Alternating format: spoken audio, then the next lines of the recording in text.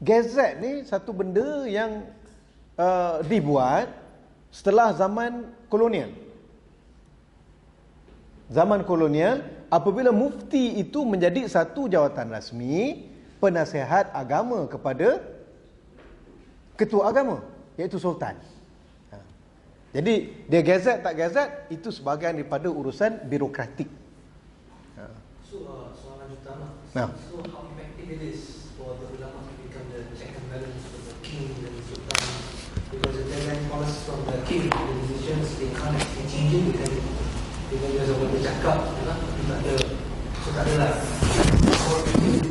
Ulama tak counter balik. Okey. Dia counter ni kita ambil cerita pada Izzuddin bin Abdul Salam kan. Waktu zaman dia tu Sultan keluar fatwa rakyat wajib keluarkan Malikus Saleh waktu tu. Rakyat wajib keluarkan infak harta mereka untuk tentera Islam berperang dengan tentera salib. Sebab kelengkapan tak cukup.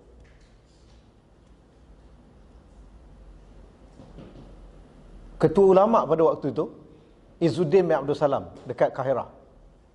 Ulama terkenal lah, dia mengajar kat Masjid Hussein. Jadi dia pergi berjumpa dengan Sultan. Dia kata, Sultan, selagi kau tak gadaikan kalung-kalung belian emas yang dimiliki oleh kau punya gundik-gundik, dayang-dayang semua tu, selagi itu kau jangan minta pada rakyat. Kau keluarkan harta benda yang kat istana dulu, tak cukup baru minta pada rakyat. Okay. Sultan tak mau dengar. Sultan kata, kau hajar keluar daripada Mesir ni. Dia kata, boleh aku keluar daripada Mesir, tapi kau hanya akan memerintah negara Mesir yang hanya tinggal binatang dan juga tiang-tiang saja dan rumah-rumah. Okey? Malikus Saleh kata, keluar. Dia keluar. Dia keluar, dia tinggalkan Kahirah, kosong Kahirah, semua ikut dia. Kecuali Macai lah tinggal. Okey. Pointnya apa? Pointnya nak simplistik. Diorang ni ulama ni, dia bukan pergi as individual. They have their followers. So macam mana efektif ke tak efektif, kita kena faham khalifah ataupun sultan dulu, at least dia ada inner conviction. Biasa kalau ulama ni, kedudukan dia dah ada haibah dah. Bila ulama datang menghadap dia, memberi tahu, membetulkan dia, itu dah satu benda yang datangkan haibah kepada diri dia lah. Cuma, yalah macam ada yang degil, yang gonjol kan, macam tadi, dia tak nak terima dan sebagainya, yalah itu satu kes, tetapi kesannya, rakyat boleh bangkit. Dan satu yang ditakuti oleh khalifah ataupun sultan, kalau dia lawan ulama, ulama boleh bangkit bersama orang untuk lawan dia. Boleh pimpin tentera. Dan telah banyak berlaku. Dan sebab itu, bila berlaku peperangan, biasa yang menggerakkan rakyat untuk berperang adalah ulama. Sebab apa? Sebab dia orang punya pengaruh di zaman tu. Dia punya pengaruh dan katanya berbisa lah. Bila sebut ulama tu memang real ulama. Kan? Memang dia ada followers dia, orang dengar cakap dia, kan? Boleh? Man? Zaman sekarang mungkin kita tak terbayang lah. Ustaz Azhar Idrus. Mungkin kalau dia cakap 30,000 boleh ikut dia. Turun demo kan. Okey. Terengganu nyari hilang kena dia. Okey, analisa sejarah tokoh dan gerakan awal kebangkitan Islam, Traditional Islamic Revival Movements. Oh, tak ada S lah.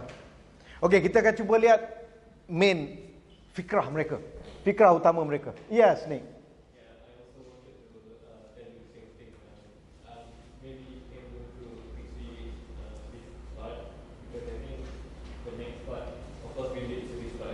Uh-huh. We can spend more time discussing rather than going through the book. Okay. Discussion on? On the book. Oh, kitabnya kau apa? 5 suku. Okay. So, what you want me to do? Okey, cepat sikit. Okey. Okey, kita akan pergi kepada ni lah, dia punya apa tu? Main ideas dia. Hassan al-Banna, apa idea politik dia?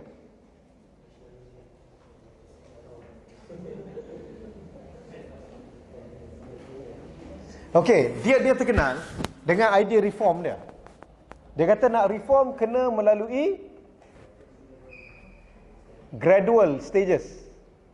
Maratibul amal.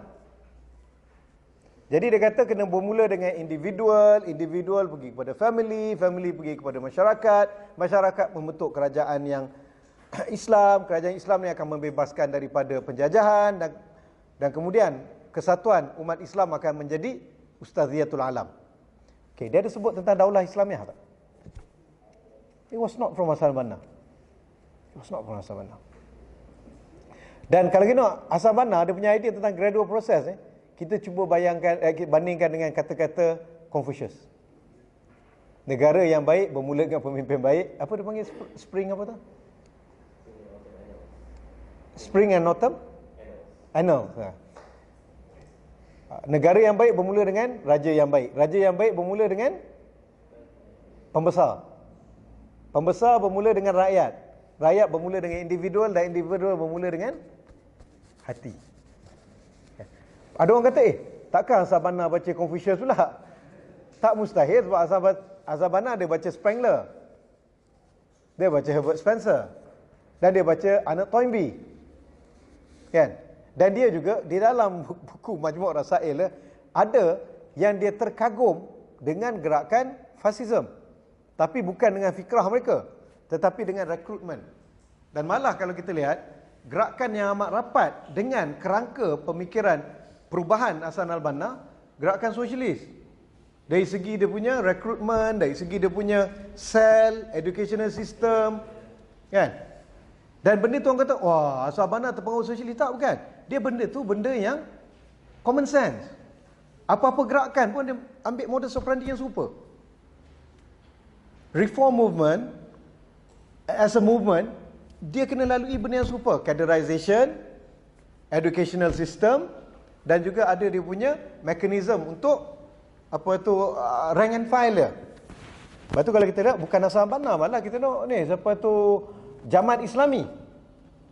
Al-Banna dan juga Maududi tak pernah bertemu. Tetapi banyak persamaan di antara pemikiran mereka. Al-Banna, Maududi tak pernah bertemu dengan Badi'uz Zaman Nursi. Tapi Badi'uz Zaman Nursi menekankan konsep harakiyah ataupun jamaah pada dia.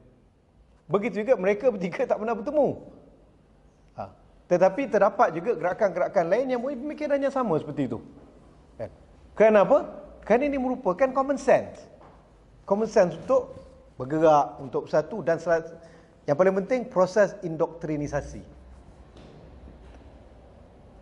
Okay. Cuma Al-Banna kalau kita perhatikan dia lebih banyak mengutarakan fikrah apa islah, memperbaiki. Dia tengok keadaan masyarakat di Mesir, macam mana nak memperbaiki masyarakat. Itu yang dia bawa gagasan politik dia, gagasan ekonomi. Dia very against company national punya national punya industri dimiliki oleh orang luar kan. Kan dia condemn tentang British pegang banyak share dekat dalam Mesir. Itu ada. Dan dia ceritakan perlunya independent. Ya? Lepas tu orang kata bila Morsi buat dia punya polisi, banyak dia ambil pada Al-Banna punya aspiration. Kan? Okay. Cuma satu perkara mengenai Al-Banna, ialah dia boleh nampak, bukan boleh nampak, dia bukannya kasyaf. Tapi maksudnya vision dia, vision yang jauh. Bila dia kata nak jadi Ustaziyatul Alam, dia tak kata nak dominate tau. Ustaz ni kerja dia apa? Ustaz ni kata-kata dia tak binding pun. Dia jadi apa? Ustaz ni, dia tukar nasihat kan lah. Jadi bila dia kata Ustaziyatul Alam, Islamic order dia tak sama dengan New World Order. Unipolar system, ada polis yang tak. Konsep dia ialah apa? Hidup bersama dengan orang lain, tetapi kita menjadi advisor kepada orang. Kita menjadi counselor kepada orang yang lain. Dan satu perkara mengenai Al-Banna, dia membicarakan tentang hubungan negara. Kalau Mesir, dia kata, kalau Ikhwan dapat Mesir, macam mana hubungan dengan negara luar, dengan Amerika, dengan Timur, dengan subhanallah. Jadi tengok Morsi ni dia ambil kamu kopi, ada positif ada negatif lah. Positifnya kita wawasan tu memang dah ada. Al-Banna sediakan kod-kod dia. Kan? Ada satu perkara berkaitan Al-Banna, dia cikgu sekolah biasa je. Cikgu sekolah biasa. Dia bukanlah great scholar, bukanlah apa, cuma pemikiran dia menjangkaui dia punya zaman dan menjangkaui dia punya profession. Jadi untuk menjayakan dia punya gradual proses, dia kata nak tak nak mesti melalui proses dakwah, proses tarbiyah, dan juga proses kerja tu kena kolektif, berjamaah. Sebab tu sehingga hari ini kita dapat lebih daripada 100 negara di seluruh dunia ada gerakan Ikhwan ataupun gerakan yang terinspirasi dengan idea Ikhwan. Apa beza gerakan yang Ikhwan dengan terinspirasi dengan Ikhwan? Gerakan Ikhwan ni memang diikut Ikhwan punya idea suci. Kerangka apa semua, administration, segala dia punya mekanisme semua. Terinspirasi dengan Ikhwan, yang terinspirasi dengan beberapa idea yang dibawa oleh Al-Banna, oleh Said Qutb dan sebagainya. Okey. Malik bin Nabi. Malik bin Nabi terkenal dengan apa? Tamadun. Lagi? Demokrasi. Ya. Al-Banna ni dia ada satu controversial idea yang orang cuba kata dia controversial lah. Iaitu dia menolak sistem multi party system. Tapi bila saya bual dengan Tariq Ramadan, dia kata ni orang yang malas membaca. Dia kata dia baca Majmu' Rasail, dia tidak baca surat-surat Al-Banna yang lain. Dia tak puas hati, banyak surah Al-Banna yang lain memang tunjukkan dia sini masuk pilihan raya. Kan? Dan dia has nothing to do with multi-party system. Cuma dia kata, satu perkara yang dia kata, Ikhwan patut tengok bahawa Al-Banna sungguh pun, dia go for multi-party system, tetapi dia tidak mahu Ikhwan menjadi parti. Ikhwan terlibat politik, tapi dia tak mahu jadi parti. Sebab tu Ikhwan tak jadi parti di zaman dia. Dan memang ada surat-surat Al-Banna yang tak termasuk dalam Majmu' Rasail. Sebab pada dia Al-Banna clear. Ikhwan adalah jamaah dakwah. Kalau nak parti, ahli Ikhwan bebas nak masuk parti yang mana ada. Ataupun dia nak buat satu parti lain, boleh buat parti lain. Tetapi Ikhwan bukan kerangka parti. Kan? Itu yang Tariq Ramadan selalu cerita lah benda ni. Kan? Okey. Ben Nabi, dia ada beberapa isu yang dia bawa. Antaranya West toxification. Sorry, saya keliru dia dengan Syariati. Okey. Ben Nabi, dia lebih terkenal, dia sosiologis. Dia bicarakan tentang society component, dan dia bicara tentang fikrah, tentang idea. Isunya dia kata umat Islam ni hidup di dalam glory of the past. PAST, bukan PAS. Jadi dia hidup dengan zaman lampau dia untuk dia seronok sebagai dadah soma dia untuk dia melupakan keadaan dia zaman sekarang dan melupakan dia daripada untuk reform ke depan. Jadi dia kata isunya ialah kenapa dia seronok dengan glory of the past, kerana dia malas untuk menghasilkan idea. Dia malas untuk menghasilkan idea. Itu yang pertama. Dan keduanya, idea dalam politik, dia lebih merujuk kepada apa? Keunikan konteks Northern Africa. Dekat sini Ghannouchi banyak ambil pendapat dia. Northern Africa is very unique. Selain daripada dia telah ditawan oleh Perancis, sebelum tu lagi mereka agak terpisah daripada the Eastern Arab region. Dengan maqasid dia, dengan mazhab Maliki, dengan Andalusia, kan. Jadi tamadun mereka berbeza. Dan bagi Ben Nabi, dia kata ini uniqueness ini, local context ini amat penting di dalam membentuk cara kita nak menghasilkan idea. Dan antara kata-kata Malik bin Nabi yang paling menarik sekali lah berkaitan dengan demokrasi lah. Dia kata bagaimana demokrasi ini merupakan satu anak yang dilahirkan di dalam rahim Muslim tetapi berkembang di tempat barat. Dan antara orang yang mengiyakan pendapat, bukan mengiyakan pendapat lah, yang mungkin pendapat seiringan ialah John Keane dalam The Life and Death of Democracy, kan? Dia cerita benda tu. Dan Malik bin Nabi juga, bila dia cerita tentang idea, dia bicara bahawa manusia ni hidup dalam 3 riam. Ada riam of material. Mentaliti mereka dia ceritakan tentang, oh kita ada kereta apa, kita pakai baju apa. Yang keduanya, riam of icons. Cerita tentang, oh ini pahlawan ini sultan ini pemimpin ni. Yang peringkat tertinggi ialah riam of idea. Dan dia kata Muslim banyak lack, kita tidak hidup dalam riam of idea. Okay.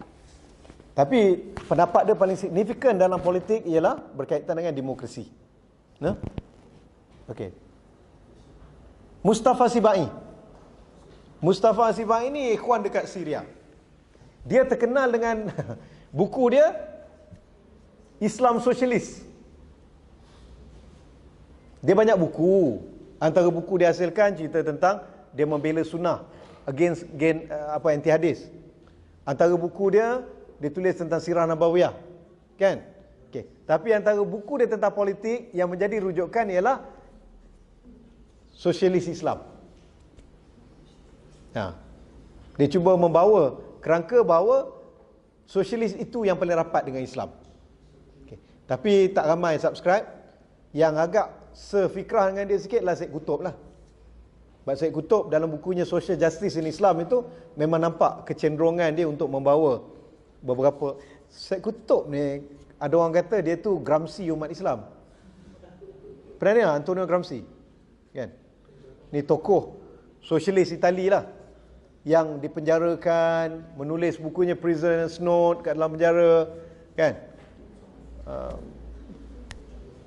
Dia kata Syed Qutb Gramsci Islam lah. Okay.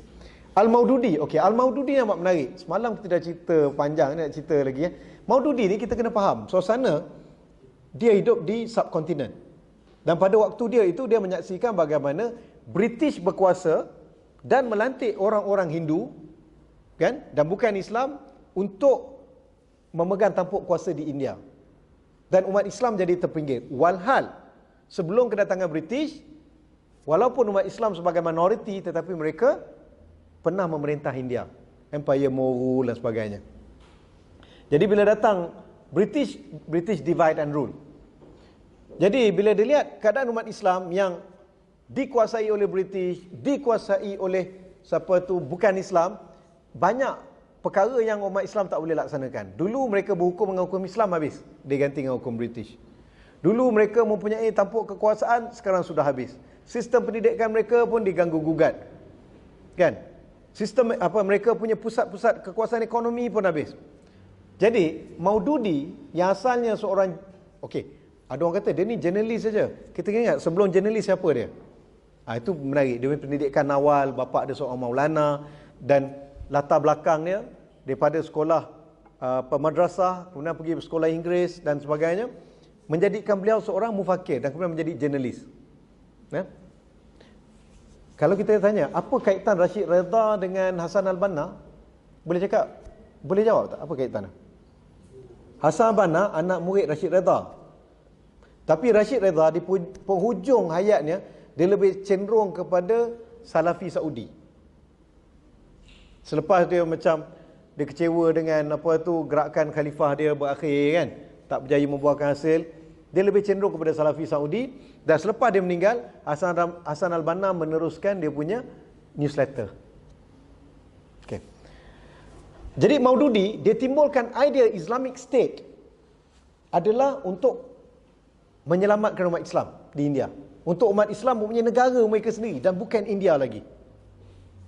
Dan kemudian dia kata kalau Islamic State perlunya kepada Islamic Constitution. Dan dia nampak tidak ada ruang untuk dapatkan Islamic State di dalam India kecuali melalui Inkilab Zandabad. Inkilab Islami. Sebab tu dia tulis manhaj taghyir fil Islam, manhajul inqilab fil Islam kan. Kenapa? Sebab pada waktu itu inkilab bukanlah sesuatu benda yang violent. Inkilab sesuatu yang diterima oleh rakyat India yang ingin halau British keluar. Dan beliau bukan orang pertama cerita tentang inkilab. Pejuang-pejuang India yang lain, Bhagat Singh contohnya, yang mempopularkan inkilab Zandabad, kan? Dan yang mana lain. Jadi bila dia kata untuk itu, dia ada konteks dan kesannya penubuhan Pakistan. Penubuhan Pakistan. Dan hari ini kalau kita lihat Jamaat Islami, okey, dia macam Al-Banna lah. Nak perubahan, kena melalui pendidikan, kena melalui dakwah dan melalui jamaah. Jadi dia tubuhkan Jamaat Islami. Al-Banna tubuhkan Ikhwanul Muslimin. Mereka tak pernah berjumpa tetapi idea mereka banyak persamaan. Cuma ada perbezaan, dia membicarakan konteks India. Al-Banna tak bicara tu. Al-Banna bicara konteks Mesir yang dah Islam, ada Azhar. Cuma dia nak islah, nak perubahan saja. Okay. Tetapi bila mai Syed Qutb, dia ambil pendapat Maududi dan dalam keadaan dia di dalam penjara semua, dia menulis buku dia yang agak radikal. Ma'alim fi Tariq, Milestone. Tafsir surah Maidah di dalam Zilal Quran. Bukan semua Zilal Quran yang dia membawa idea yang radikal gitu. Contohnya dia kata idea mujtama' jahili. Mujtama' jahiliah. Bagi Maududi, bila dia kata mujtama' jahiliah, yang dimasukkan siapa? Selain daripada mujtama' Islam dekat India, selain daripada masyarakat Islam. Mujtama' tu masyarakat yang dengan Hindu, yang dengan British, dengan apa, memang jahiliah. Dan mereka sebagai mujtama' Muslim, masyarakat Muslim. Jadi mereka nak tubuhkan daulah Islamiah untuk orang Islam. Okey. Masalahnya bila Syed Qutb dia bawa kat konteks Mesir, siapa yang jadi jahiliah? Orang Islam. Bila Maududi kata pemimpin yang taghut, dia merujuk kepada British. Bila Syed Qutb bawa ke Mesir, Jamal Abdul Nasir. Okey, kita pasti memang dia taghut. Tetapi kita kena tahu connotation dia membawa kepada, ingat tak Khawarij? Takfir. Qutb tak nampak macam gitu. Qutb tak maksudkan gitu. Tetapi idea tu dia boleh jadi open chat. Orang boleh stretch dia sampai ekstrim. Dan akhirnya datanglah golongan seperti Al-Qaeda, Abu Aiman Al-Zawahiri, memang tafsirkan banyak pemikiran Qutb out of the context. Dan Qutb pun kita lihat bila dia kata jahiliah, akhirnya orang faham selain daripada jemaah ikhwan, di luar jemaah ikhwan itu adalah jahiliah. Ikhwan tak berpandangan gini, tetapi idea ini diambil oleh kumpulan Qutbiyun ataupun yang menjadi geng-geng Al-Qaeda. Selain daripada geng kita ni, itu jahiliah. Yalah betul lah, kadang nampak banyak benda-benda fasad dan mungkar ni, kita kata memang jahiliah. Cuma connotation jahiliah itu membawa kepada takfir, excommunication. Kalau tak sebab itu kalau bagi ikhwan, bila mereka lihat kepada Qutb punya pendidikan, mereka seimbangkan dengan Al-Banna dan juga penulisan-penulisan lain. Supaya tidak menjadi ekstrim kat arah tu. Sebab tu dalam ikhwan tidak ada isu takfir, tidak ada isu jadikan taghut lah, mujtama' jahiliah lah dan sebagainya. Cuma kalau ada yang grup-grup muda ni nak cakap lebih-lebih, itu dia orang pandai sendiri, tak tahu mana dia dapat. Okey. Hasan At-Turabi, apa main discourse Hasan Turabi dalam politik?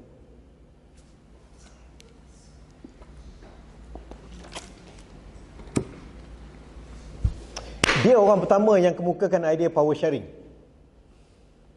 Pada dia demokrasi ni dah orang tak bincang lagi lah, orang dah boleh terima semua. Ya. Konsep keadilan, konsep apa? Dia konsep power sharing. Dan dia merupakan engineer kepada power sharing bagi gerakan Islam kat Sudan, ya, dengan kerajaan Nemeri. Tapi sayang hari ni dia mewakili the decent voice lah. Omar Bashir memang tak setuju dengan dia, dan ikhwan dekat Sudan pun tak setuju dengan dia. Cuma dia selalu bawa pandangan-pandangan yang mendahului zaman. Dan lepas 20 tahun akhirnya orang agree dengan dia. Betul? Banyak dia punya idea. Tapi saya antara orang yang saya suka lah bila dia kena interview. Pernah tengok interview Hasan Turabi, tengok kat YouTube, dia kaki joke. Orang tanya dia buat joke ke? Kadang dia jawab tu orang pun tak tahu dia joke ke dia serius. Tapi sebenarnya dia serius. Dia buat lawak dah. Okey. Dan power sharing lah antara dia punya ni. Kemudian Rashid Ghannouchi. Rashid Ghannouchi ni lebih kepada isu apa? Demokrasi, isu hurriyah, isu ruang awam, isu civil society. Dia kata Islam ni memang datang membawa civilized society, dan dia begitu mengkritik peranan state yang terlalu besar. Pada state tu minimal state. State ni dia menjaga benda untuk keselamatan negara, untuk menjaga kita katakan serangan daripada musuh luar, untuk enforcement law. Tetapi pendidikan ini milik masyarakat. Ekonomi milik masyarakat. Dynamism of the society. Jadi dia bawa satu hadis dalam riwayat Imam Ahmad yang Rasulullah katakan, man bada faqad jafa. Sesiapa yang memilih untuk hidup berkampung, orang itu hatinya keras. Jadi pada dia kehidupan Islam datang bawa kehidupan bandar. Sebab tu bila pergi Yathrib je Rasulullah SAW tukar nama Yathrib kepada Al-Madinah. Madinah apa? Bandar. Sebab Rasulullah SAW sendiri membesar di Mekah. Mekah adalah kota kosmopolitan. Dan dia begitu dengan konsep civil society. Sebab pada dia konsep civil society ni diambil daripada Islam. Yusuf Qaradawi ni biasalah. Fahmi Huwaidi. Pernah dengar nama? Tak pernah dengar? Ni mufakir ataupun ahli fikir Islam di Mesir. Dia di antara golongan yang asalnya sosialis dan kemudian menjadi Islamis. Dan nama dia telah di-approach oleh Ikhwan. Pada asalnya kan Ikhwan tak nak bertanding pilihan raya kan. Dia orang approach Fahmi Huwaidi untuk bertanding jadi presiden. Sebab nampak ada ni. Dia tak nak.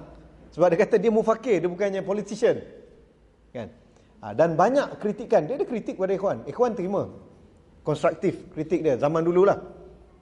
Dan sekarang ni, dia antara yang against Sisi dan sebagainya. Okey. Konsep apa? Huwaidi ni menarik konsep yang dia bawa ialah konsep tentang selain pada demokrasi, mereka boleh bersama dengan demokrasi, kritikan terhadap sistem autokratik. Yang pertama. Dan yang kedua, konsep yang menarik dia bawa ialah konsep al-muwatinun la zimmiyun. Bahawa pada hari ini non-Muslim tidak boleh dikira sebagai ahli zimmah, tetapi dikira sebagai citizen yang hidup bersama kita. Kalau dia boleh terima undang-undang, boleh bersama kita pertahanan negara, mereka ini bukan lagi ahli zimmah, tetapi mereka ini muwatinun. Dia kena ada klasifikasi baru dalam fake Islam. Sebab dia kata kerangka ahli zimmah itu dulu tak sama dengan kerangka nation state pada hari ini. Okay.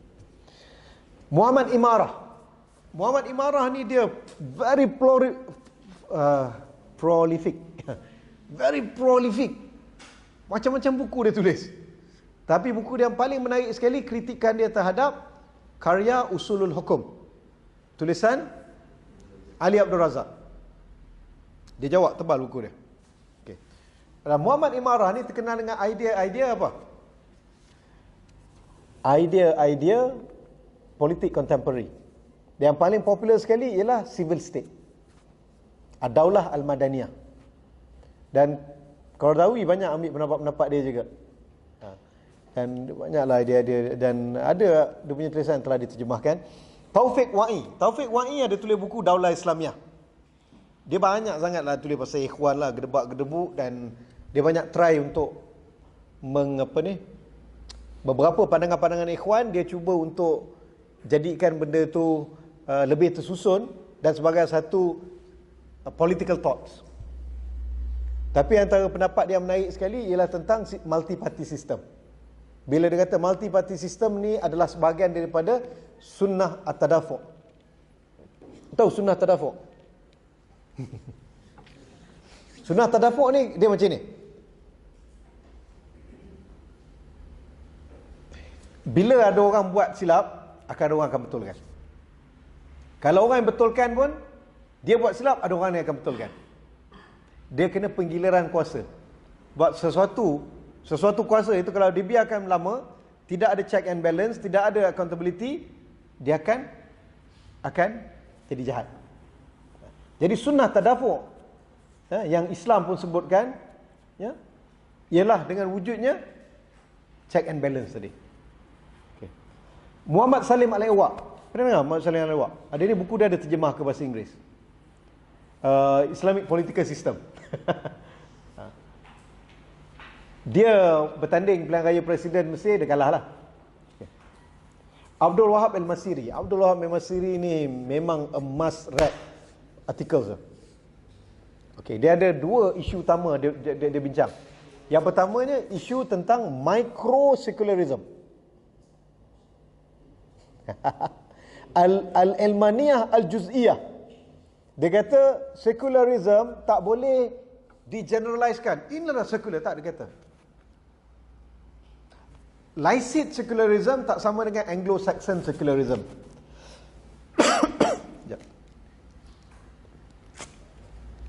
Secularism Perancis, licit, ini agama langsung tak boleh ada peranan dalam public sphere. Bukan setakat dalam politik, dalam segalanya. Agama memang simpan balik rumah kat dalam kocek kita. Kalau kocek ya. Semua ngantuk. Tak perasan saja tu sebut kan. Tak, agama simpan dalam hati. Dalam kehidupan peribadi. Okey. Licit, sebab itu segala lambang keagamaan, segala diskurs keagamaan tidak boleh berada dekat public sphere. Sebab tu bila isu tudung, dekat Perancis, kenapa isu ada simbol, dia itu religious symbol. Bila kita allow religious symbol dekat public sphere, dia akan encroach kat benda lain. Dia akan mengulang kembali pengalaman buruk mereka di zaman kegelapan. Jadi pada mereka, bagi licit secularism ni, ilmu, public sphere, politik, ekonomi perlulah dipisahkan daripada pengaruh faith and belief. Tapi hari ini dia ada masalah. Apabila Islamic banking and finance menjadi fad de jour, menjadi trend masa kini, kan, mereka pening kepala. Kalau mereka nak buat, kena amend beberapa dia punya undang-undang supaya syariah compliance. Yang keduanya, kalau ada Islamic banking industry, kena Islamic bank. Dan benda itu akan kacau public sphere. Dan memang diorang tengah pening kepala sekarang nak buat macam mana. Kalau tak buat, rugi, kerana itu merupakan trend dan kat situlah duit akan datang. Macam Britain. Sekarang ni buat sukuk, syariah compliance sukuk. Now there is syariah in British. Masya Allah, yani. Okey. Itu yang pertama, itu yang kena. Dan ketiganya, okey. Tetapi Anglo-Saxon punya secularism, dia tidak total negation. Dia hanya menafikan peranan religious institution daripada menguasai political institution. Tapi itu pun dia very mixed. Dekat Amerika, dekat duit $1 dia, in God we trust. Amerika saja yang ketua negara dia boleh kata, God has spoken to me to attack Iraq. Dan satu-satu negara yang nak nentukan siapa naik presiden, tengok kepada church mana yang sokong dia. Dan satu-satu negara barat yang ada peruntukan dalam bajet tahunan dia untuk church. Dan UK, negara yang sekular ini, ketua agamanya adalah Queen. Dan untuk pertabalan Queen, dan dekat House of Lords kena ada 16 orang Lord of Holy. Agama. Dia nak kata sekular macam mana? Jadi itu Anglo-Saxon punya agak lain. Jadi Abdul Wahab ni, Alijah Izzat Begovic, pernah dengar? Islam between East and the West, ni mantan Presiden Bosnia. Dia tulis Islam between East and the West, dia tulis, dia kata yang paling sesuai untuk negara-negara Islam adalah sistem Anglo-Saxon. Kerana dia tidak merosakkan agama dan tidak tenang agama betul-betul bulat-bulat. Okay. Abdul Wahab Masiri, dia lebih berhati-hati. Dia kata, no, kita kena faham sekular ini dengan melihat bahawa adanya micro-sekular dengan makro-sekular. Makro-sekular, secularism, itu macam laicidnya. Micro-secularism, iaitu meletakkan perbezaan di antara institusi agama dengan institusi politik. Dan dia kata ini berlaku daripada zaman Rasulullah SAW lagi. Itu utama. Dan keduanya, Abdul Wahab Al-Masiri, dia terkenal dengan apa? The New Islamist Discourse. Dia kata Islamist Discourse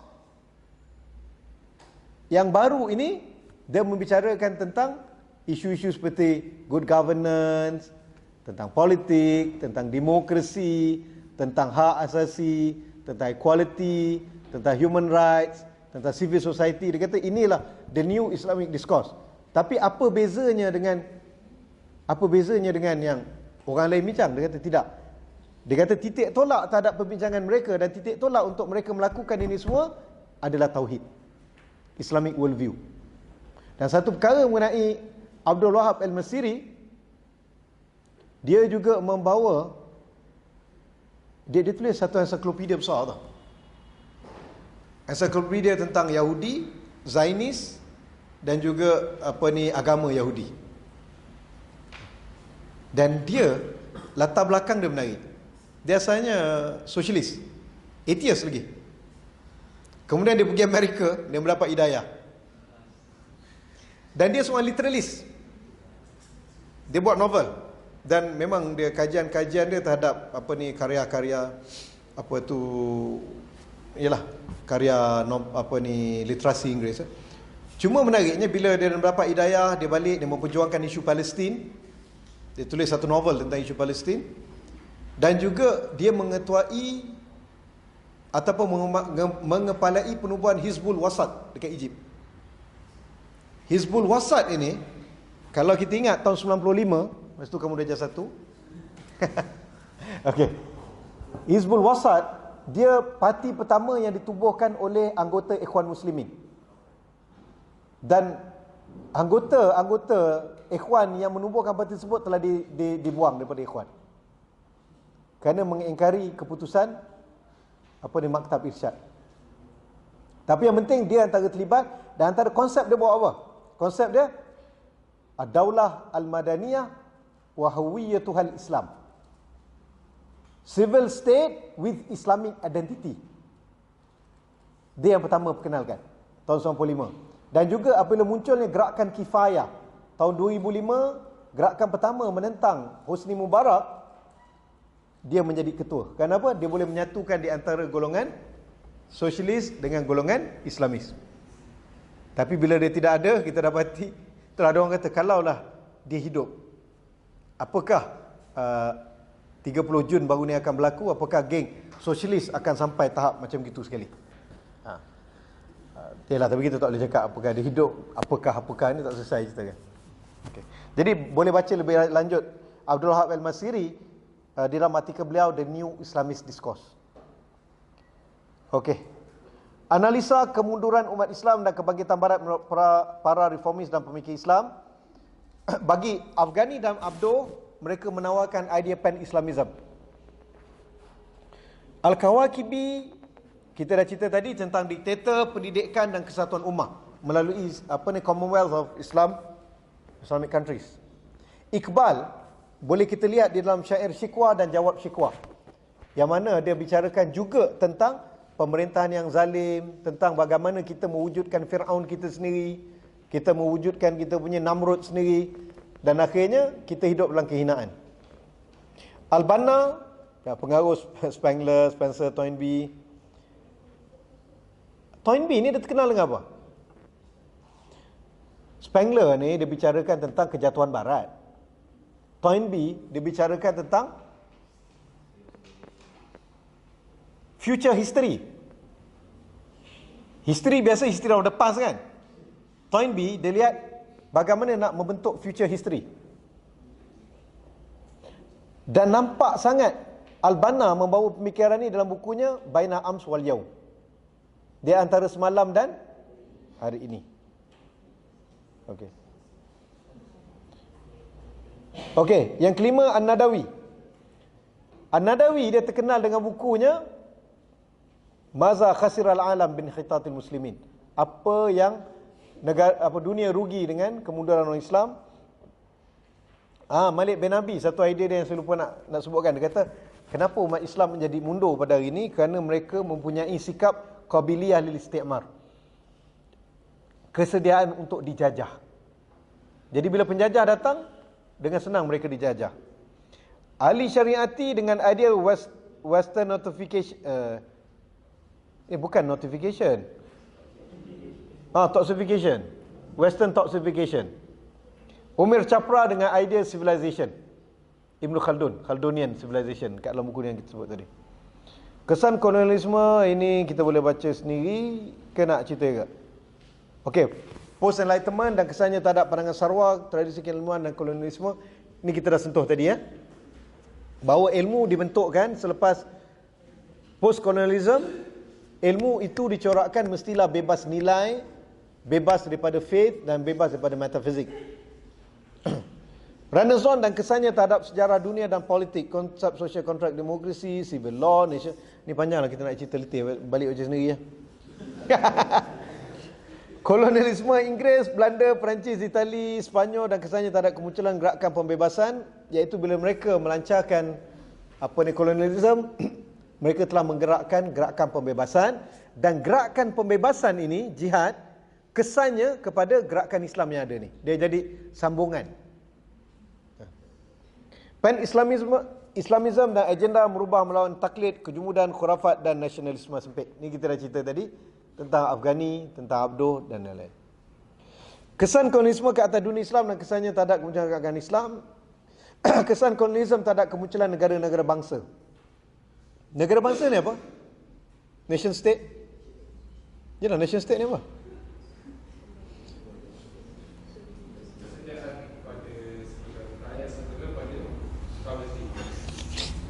Penubuhan negara berdasarkan bangsa lah.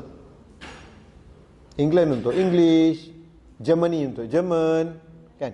Dia bermula dekat Eropah selepas perjanjian Westphalian Treaty 1648. Dan kemudian apabila mereka menjajah negara-negara umat Islam, jadi mereka paksakan supaya negara umat Islam dia bagi-bagikan supaya menjadi nation state. Tapi benda ni tak logik. Dia orang memang bangsa berbeza, bahasa berbeza, mazhab agama juga berbeza. Dekat negara umat Islam, di negara Arab yang 22 buah yang tak guna tu, bahasa sama tak? Agama sama tak? Kenapa mesti dia bagi-bagikan? Kawasan Nusantara, kan? Yalah, bahasa beza Jawa, Bugis itu dialek, suku, rasnya kan. Tetapi semuanya bicara bahasa Melayu. Mengapa mesti dibagi-bagikan? Tapi ini kerangka yang sudah ada. Kita hidup pasca kolonialisme. Kerangka yang ada ni bagaimana gerakan Islam, lihat. Sebab tu gerakan Islam bergerak di atas kerangka ini. Sebab tu bila Ikhwan membawa kerangka mereka, dia nampak ganjil. Orang kata ini tidak menghormati kerangka negara bangsa. Sebab Ikhwan, semua Ikhwan itu satu dunia, Ikhwan lah tu, kan? Tetapi akhirnya mereka pun sedari bahawa tak boleh macam itu. Dia terpaksa deal dengan realiti. Dan perkara ini Ganushi dah sebutkan, Turabi pun dah sebutkan. Turabi antara yang awal mengatakan pentingnya melihat kepada kerangka local context. Sebab tu bagi dia, di zaman dia, Ikhwan Sudan tidak terlibat dengan Ikhwan Mesir, sehingga muncul gerakan anak muda yang masih berpaksikan Mesir. Lalu Turabi ditendang keluar daripada Ikhwan. Dia dengan gerakan dia. Okay. Dan contoh macam Palestin. Lihat macam isu Gaza kan. Hari ni, Gaza dia tak sokong Mursi. Dan dia tak boleh tunjuk sokongan terhadap Mursi. Sebab apa? Sebab antara tuduhan tuduhan Sisi terhadap Morsi ialah dia menjadi spy kepada Hamas. Jadi spy kepada Hamas. Habis yang Sisi jadi spy pada Israel. Okey, tapi tak apalah. Tapi maksudnya bagi mereka, Hamas di Palestin terpaksa bersikap bahawa mereka orang Palestin. Jadi bila mereka deal dengan negara lain, mereka terpaksa deal bahawa kau di negara kau, kami negara kami. Faham? Okay. Perang Dunia Kedua dan impaknya hak asasi manusia, undang-undang dan konvensyen antarabangsa, legitimasi Israel selepas Holocaust. Jadi gini, kita lihat banyak ruang-ruang baru yang telah memaksa umat Islam untuk melahirkan ijtihad baru. Contohnya hak asasi manusia. Kan? Contohnya undang-undang antarabangsa tentang peperangan, tentang kedamaian. Ini semua sedikit sebanyak dia merubah kepada fiqh yang sedia ada. Tak boleh lagi guna fiqh yang ada dekat dalam kitab-kitab fiqh lama. Dia perlu kepada kerangka yang baru. Tak boleh nak kata ahli zimmah lagi. Sebab kerangka ahli zimmah itu tak wujud lagi pada hari ini. Dan bila sebut Darul Islam dalam kitab-kitab fiqh,